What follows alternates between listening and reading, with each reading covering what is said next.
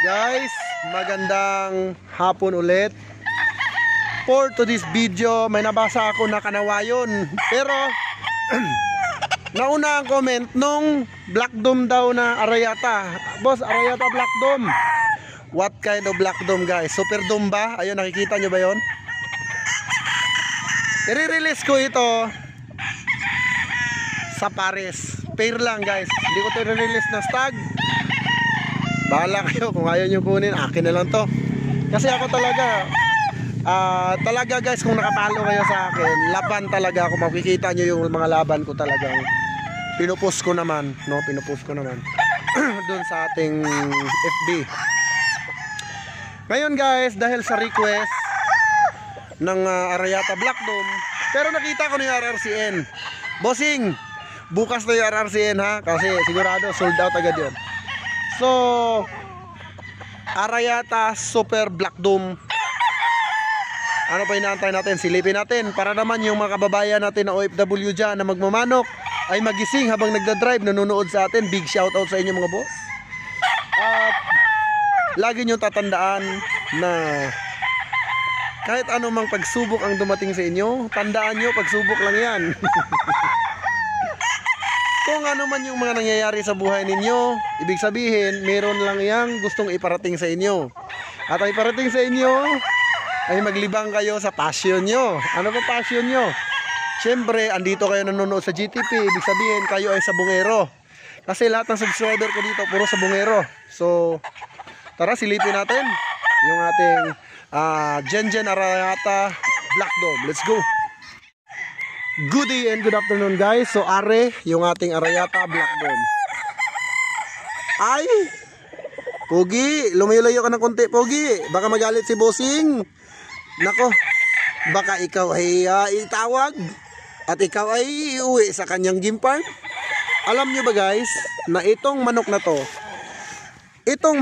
meron akong pinuntahang game farm. Alam nyo ba kung magkano? Worth of 35 guys, pero dito sa GTP wala pa sa 1/4 ng 35. At ito naman ay pair, presyong pulit para sa ibang game farm. Nako guys, kung makikita nyo lang na personal ang manok na to, kahit yung mata niya merong batik-batik. Ayan. At syempre, baka sabihin nyo, oy, nilabas mo yan, meron ka na ba nyan? Ay syempre, mga idol, meron tayo nyan.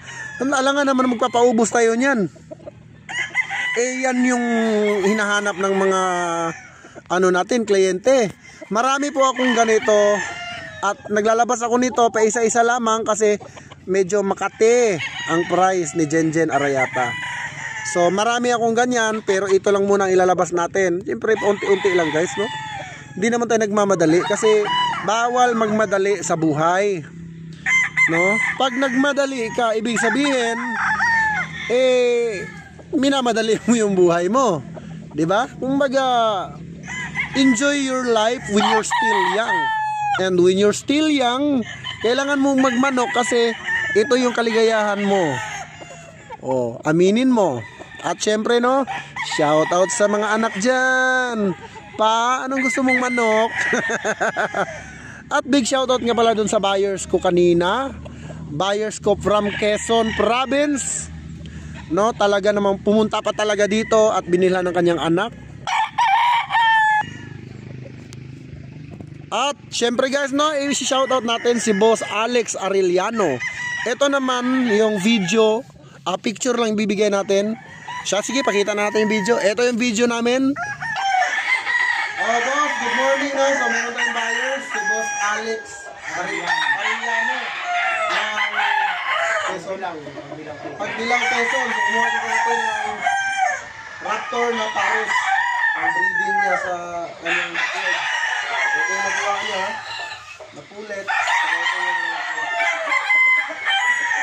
ilag. Kumuha siya ng dalawang Raptor sweater na pair. So sabi niya, soon daw ininegosyo niya, kaya sa mga Quezon Province dyan, taga Quezon Province, kuha kayo kay Boss Alex Arellano. Dito yan kumuha sa atin ng Larry Romero Raptor sweater.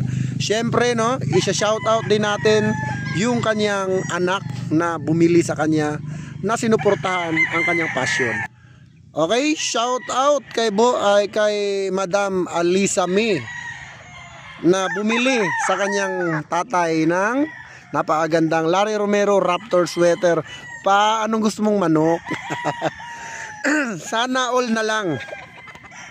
Then kayo naman guys, kung kayo ay merong mga tatay na medyo may kaedaran na at alam nyo naman sa sarili nyo na ang hilig niya ay sabong, sports, manok, pag-aalaga, bakit hindi nyo bilhan ng regalo? Kasi guys, no, ang kasiyahan hindi natutumbasan ng pera. Diba? Ang kasiyahan, yan ay hindi nabibili ng pera, pero nabibili ng manok.